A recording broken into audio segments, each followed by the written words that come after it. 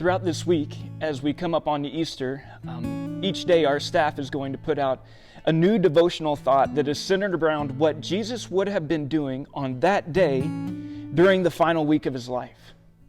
The teaching of Jesus during this final week of his life, it did so much to just further crystallize the mission that Jesus had. And so our goal this week is really pretty simple. Our goal is to help you better connect with who Jesus was and what Jesus did during this last week leading up to his death. There will be a new video released every day from now until Friday. And then on Saturday, very intentionally, we're not going to release anything. And we want you to just be aware of the silence that comes between Good Friday and Easter.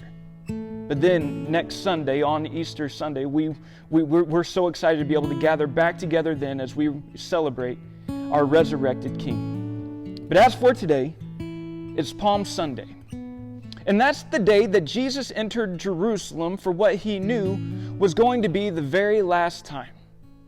And this is a story that's found in all four of the Gospels. It's found in Matthew chapter 21. It's found in Mark chapter 11. It's found in Luke chapter 19. And it's found in John chapter 12. And many of us are at least on some level somewhat familiar with this story.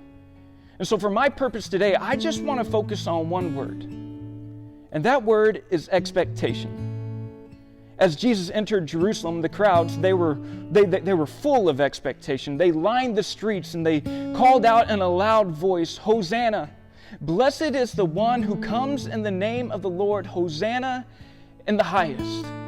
And this word Hosanna, it literally means in the Hebrew, save us. And that was the crowd's expectation. And it was a good expectation. But it was a misunderstood expectation. You see, their expectation was that Jesus was entering Jerusalem to become their warrior king. Their expectation was that Jesus was coming to deliver Israel from the oppression of Rome, much like Moses had delivered Israel from the oppression of Egypt so many years before. Their expectation was that Jesus was coming to establish an earthly kingdom. But Jesus wasn't coming to start a war. But instead, Jesus was coming to end a war, or better yet, Jesus was coming to win the war that was started in the Garden of Eden in Genesis chapter 3. And Jesus wasn't coming to deliver Israel from oppression, but Jesus was coming to deliver all mankind from the bondage of their own sin.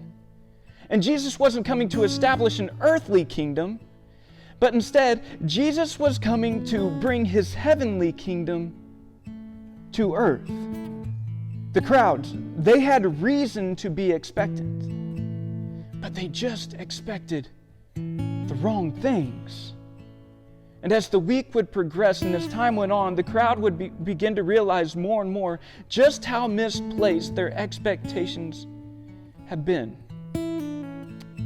And what do people do when someone fails to live up to their seemingly large expectations? Generally, in some way, shape, or form, they revolt. And that's the reason why some of the very same people who would line the streets on Palm Sunday to cry out, "Jesus, save us," are some of the very same people whom on Good Friday would demand that Jesus be crucified. So, may we enter this Passion Week with expectation, with great expectation. But may we enter with a properly placed expectation. May we enter this week expecting hope. May we enter this week expecting life out of death. And may we enter this week expecting that when things look their worst, God is often up to his best. We'll see you tomorrow.